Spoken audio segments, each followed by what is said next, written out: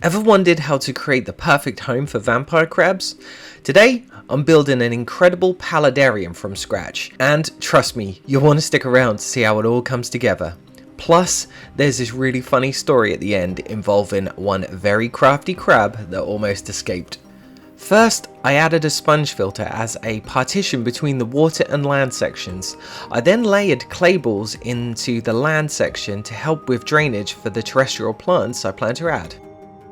Next, I placed some river pebbles in front of the sponge to keep it secure and enhance that natural riverbed aesthetic. To build the land part of the paludarium, I used peat soil, sloping it to create a riverbank effect. This gives a nice transition from water to land that I think looks really cool. For the underwater substrate, I used aquarium safe pond sand. This not only looks great but also provides the perfect spot for the crabs to graze. I'm really going for that natural riverbed look, and this sand is always great to do so with. Next, I added some bonsai wood branches. These will help create a seamless flow from the surface down to the water, tying the whole design together.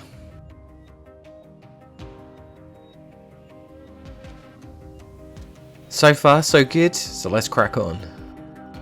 I placed some Java moss between the branches to fill the gaps and hide the sponge filter from view, keeping everything look neat and natural.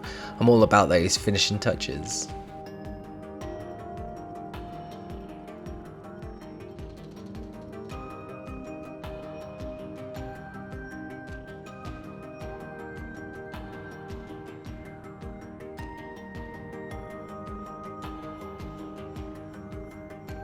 Now, the next part is one of my favourite moments, adding water. But what happens when I wake up in the morning? Let's just say the transformation is epic, and you'll see why. I filled the bottom section with water to complete the underwater part of the paludarium. After a quick tidy up, I left it overnight to settle. The next morning, I was greeted with an epic sight. Check out that rich brown tint, I love it. After that, I added some houseplants like ferns to give it a jungle rainforest vibe. These also provide hiding spots for the vampire crabs I plan to keep and fill out the background nicely. It's really starting to look like it's straight out of the forest.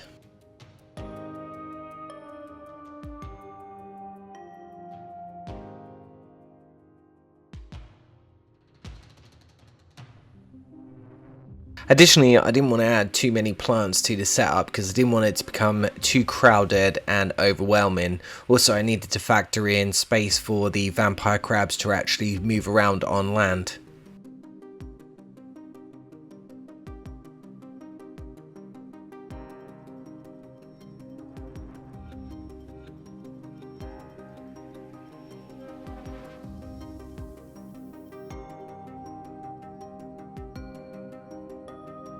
After a quick spray of water, it was time to have a look at what I've got so far and see if I needed to make any more changes.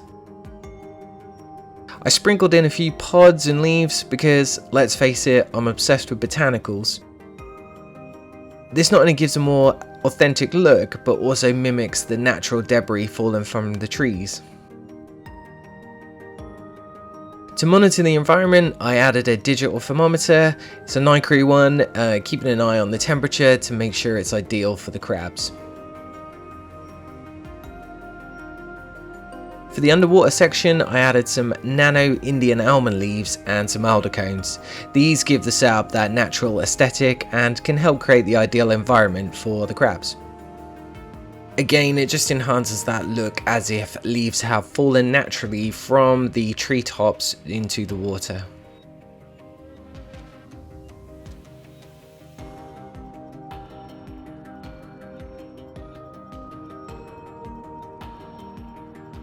Lastly, I attached a heat pad to the back of the setup. Now, this is my first time using a heat pad, so I'll monitor the temperature closely if needed, and I might upgrade to a heat lamp to ensure the crabs do stay comfortable. Now, here comes the best part, introducing the vampire crabs. You want to stick around because I have a funny story about these little guys, and one of them almost pulled off an escape. I've always wanted to keep vampire crabs, and I finally got my hands on these lavender ones, and they look pretty amazing. Since the setup isn't huge, I didn't want to overcrowd it, as crabs can be territorial, so I just kept it to 3. So funny story, just before I added the crabs, I opened the lid to film them, and one of them nearly jumped out and escaped, and it literally ran across the desk right behind where the Paludarium was, but I finally managed to get it back into the pot, but lesson learned, these guys are quick.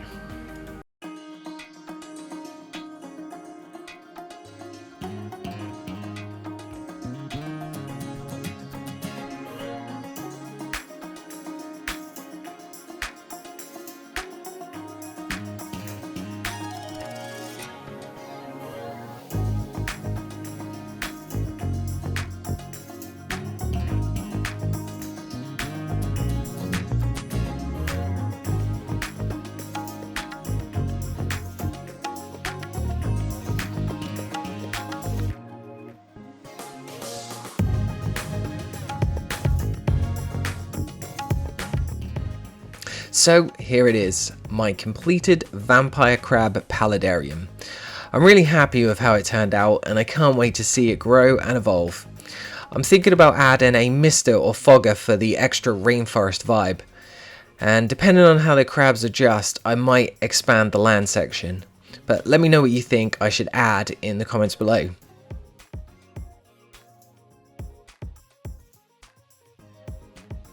If you enjoyed this video, I've got another build you'll love. It's a shallow aquarium with a working rainfall system. I've left a link in the description and you can click on the one on screen. Thanks for watching, and I'll see you in the next one.